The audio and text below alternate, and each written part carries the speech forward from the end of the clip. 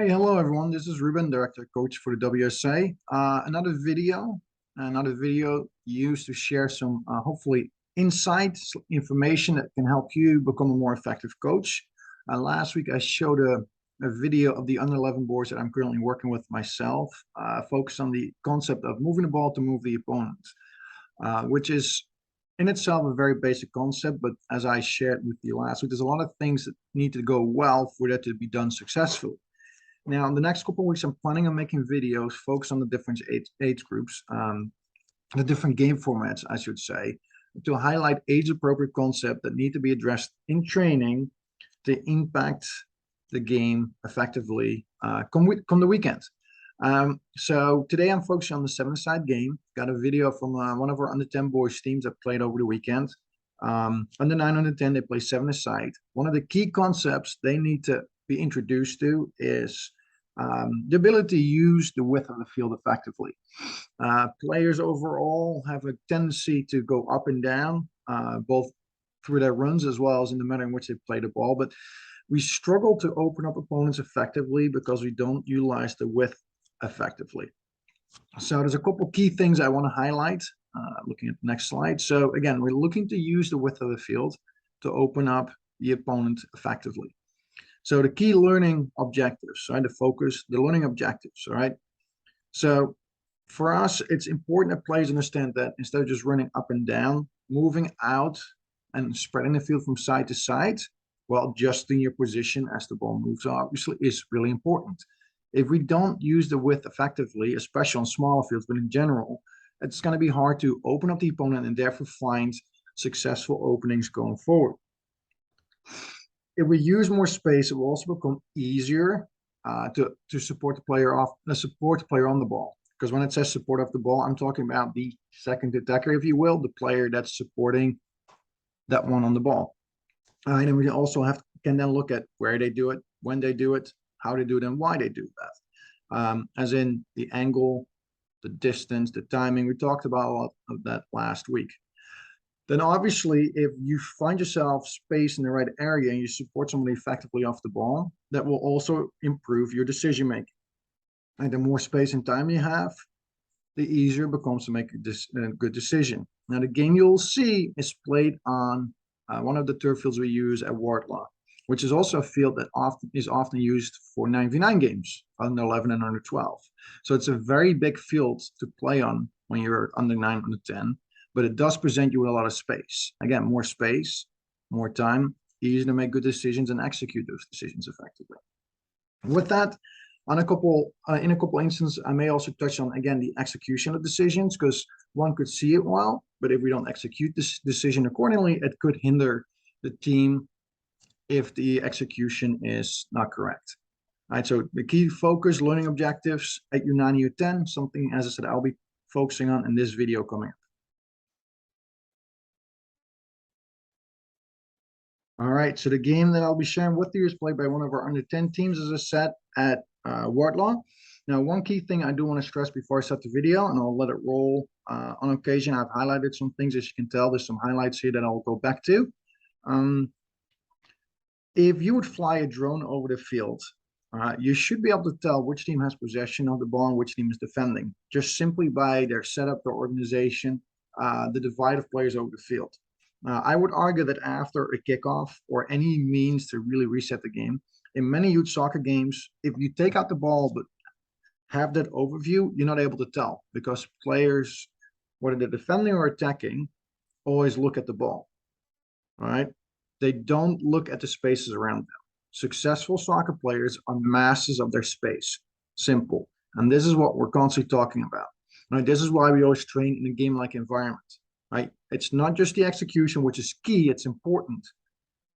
But you also got to know where you need to be, when you need to be there, and why you need to be in that position. All right. Letting it roll. All right. So kickoff for the whites, as in the opponent for our under 10 boys. All right. And from here on, just letting it roll for a little bit.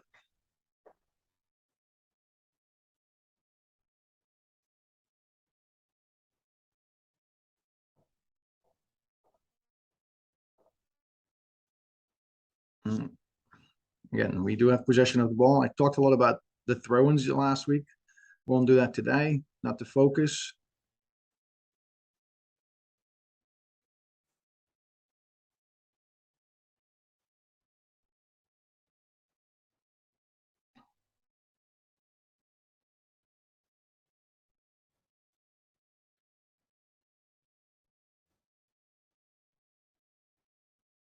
So again, you can tell how big this field is for even an under 10 team. But again, it's often used for 9v9 as well.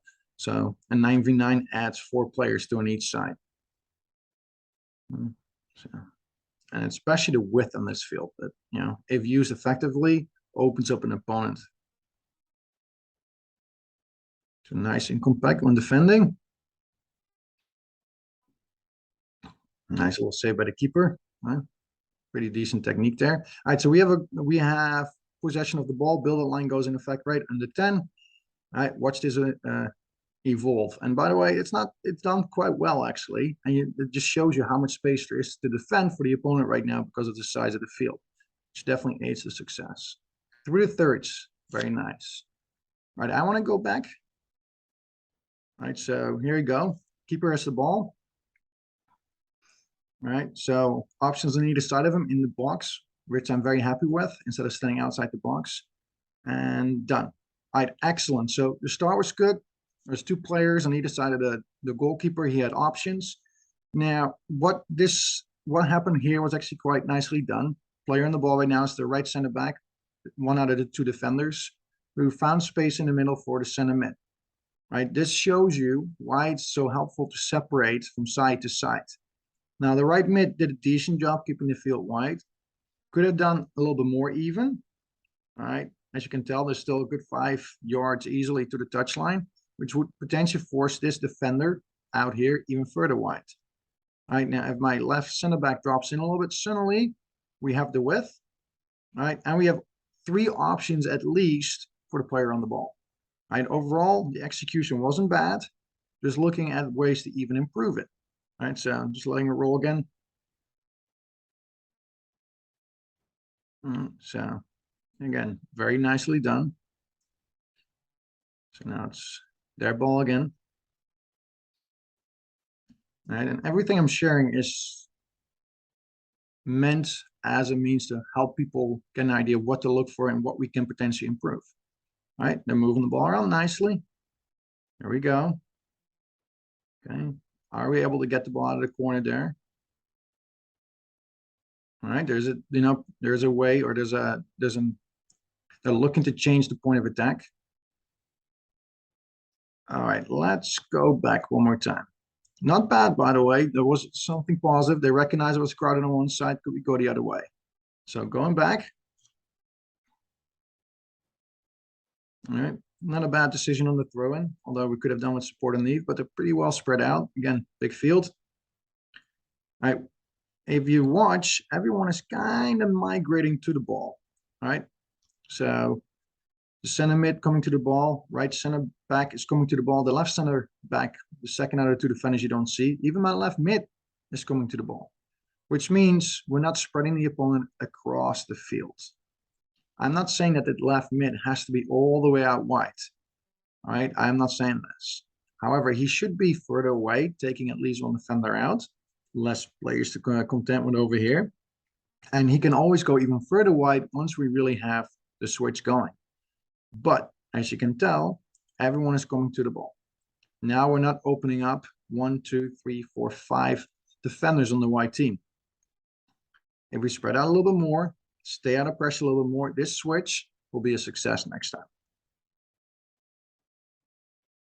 But we're dragging the defenders with us by coming to the ball. See, just pausing in here.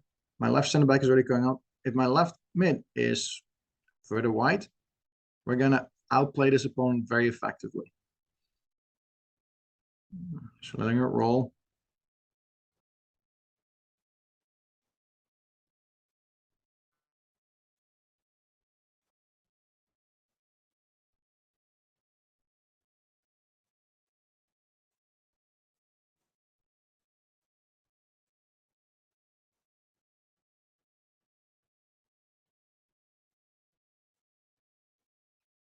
So we retrieve the ball here successfully, and what do we do? And so all runs are straightforward, whether it's a player on the ball or the player supporting. So I want to go back to this again. This is what I touched on before. All right, so we have the free kick here again. You'll see center mid goes to center forward. All right, so every run, center mid, center forward, right mid, left mid they're all going forwards. And if you can tell, there's 1, 2, 3, 4, 5 defenders in this area over here, the central channel. What if my left mid thinks to go out wide first? What if my right mid goes wider? Right, we certainly find ourselves either in space or we're spreading across the opponent, providing more space for the central players. All right, and this is what I referenced earlier. The up and down from one end to the other, easily ingrained. Players know where to go to score goals. The next step, though, opening up the opponent effectively and thinking wide first before going forwards is a struggle at times.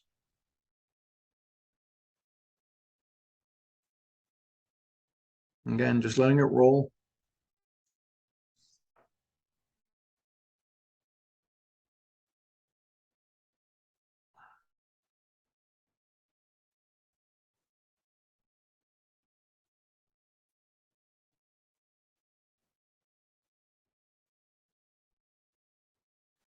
Okay, so support underneath the ball, right? Potentially allowing the defender throwing the ball to go backwards as well. Stretching the opponent from end to end, as you can tell, not necessarily from side to side. And in the end, we end up going down the line. And because we're looking to go down the line, a foul throw is committed because we certainly try to throw it as far as we can, rather than using it as a means to maintain possession of the ball.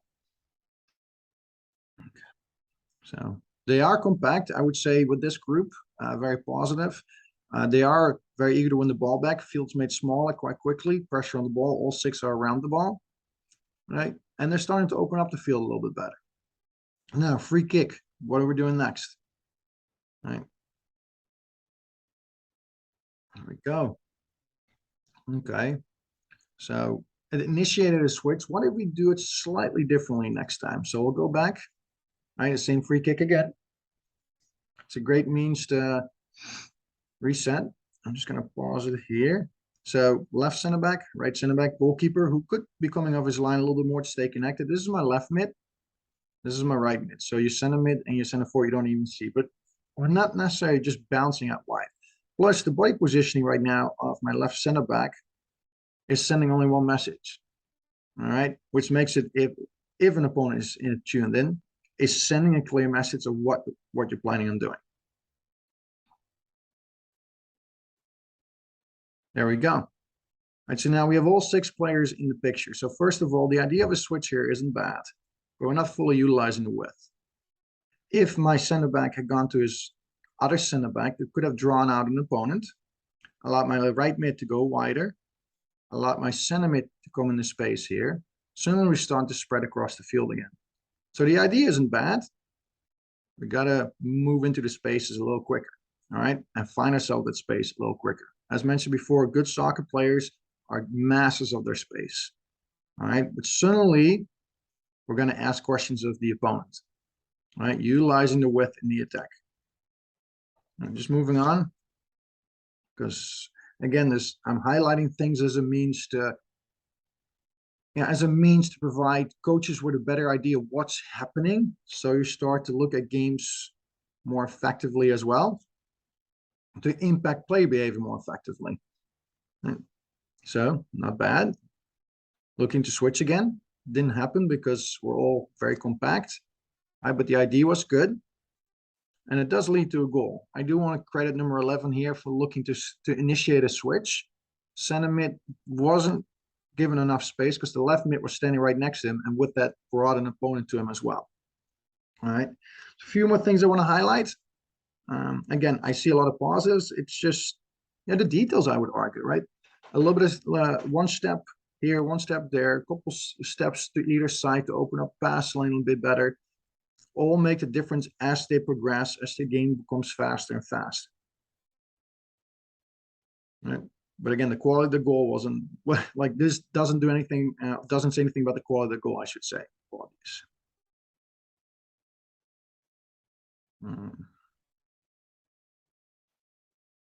All right, again. Goalkeeper now has the ball. What are we doing next?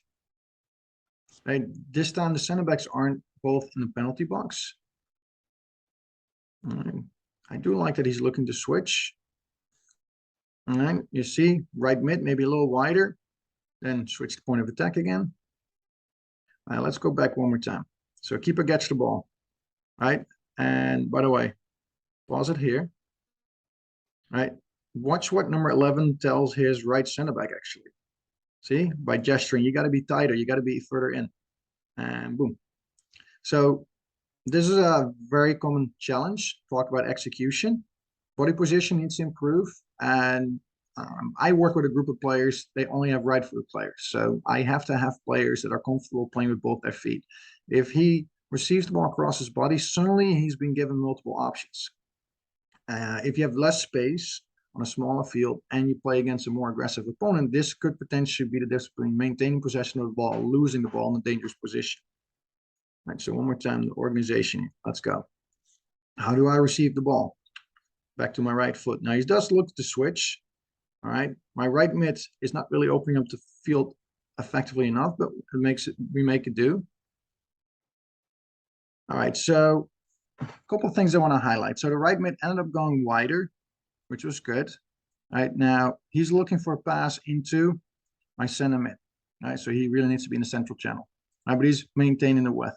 Support should have been, and this is why this circle is here. My right center back should probably have been further underneath the ball, so we can draw an opponent in and potentially play it out of pressure to change the point. The most important one, though, this young man circled here, is making a run straight forward, and that's my left mid. Right, I'm not saying he needs to be all the way out wide, but if the ball is successful here, we may need to switch the point of attack. Then he's way ahead of the ball, and we don't have him there. That's something to look at. As we play on, again, we're all migrating to the ball.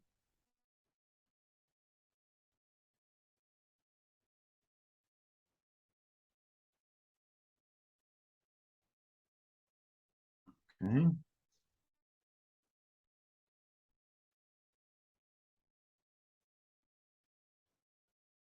Again, what kind of runs are we making here? All right, it's all going into that funnel down the down the middle, the middle, the central channel here. Play it one more time. All right, so you see it. Where are we going? Where are we going? Where are runs being made?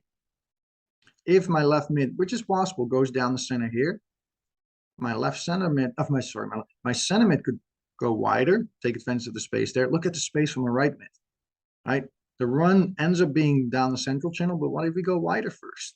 We have a great pass into pressure. The center forward is occupying the two defenders left over here, and we potentially have a pass right or maybe even left, utilizing the width of the field again.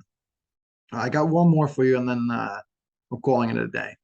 All right, so again, lots of positives, details here that we're looking to work on, right, impacting play behavior effectively to improve their habits, right, come game day. And one more time, goalkeeper gets the ball. Where is my right center back? All right.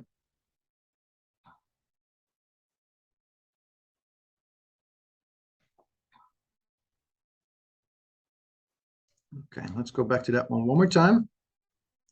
All right, first of all, my right center back should have been in the 18. All right.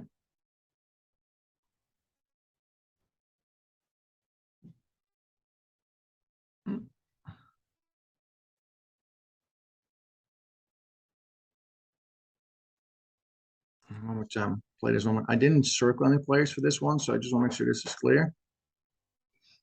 Look at how we're organized. Are we utilizing the width? My right center back could have been a little further in, with my right mid going wider and dropping in a little bit. So that pass and suddenly opens up the opponent. If we do that, we have the ability to receive the ball and potentially initiate a switch to the other side. And now we get the ball on the left side. Is my left mid opening up the field? This is my left mid. He's more playing as a left center forward than a left mid. So now we lose possession of the ball over here, right? Making that runs wide versus just to the goal. All right, so I'm going to stop this share. I'll go one more time back to my second slide. These are the things we're looking for, right? How can we use the width to improve our ability to support the player on the ball effectively, which will help with our decision making. Right now, this team, as I stated, played at Wardlaw on a field also used for 99 games. More space means more time, means better decisions. Now, what if we play on a field, say Garwood, that's a lot tighter, shorter, less width? What do we do then? Right, this is why it's so important to focus both on game insight as well as the execution of decisions in training. I hope you found this very worthwhile. Again, I can be reached at doc at westfieldnjsoccer.com. Once again, doc at westfieldnjsoccer.com. Look for more of these videos coming in the next couple of weeks. All right, be well.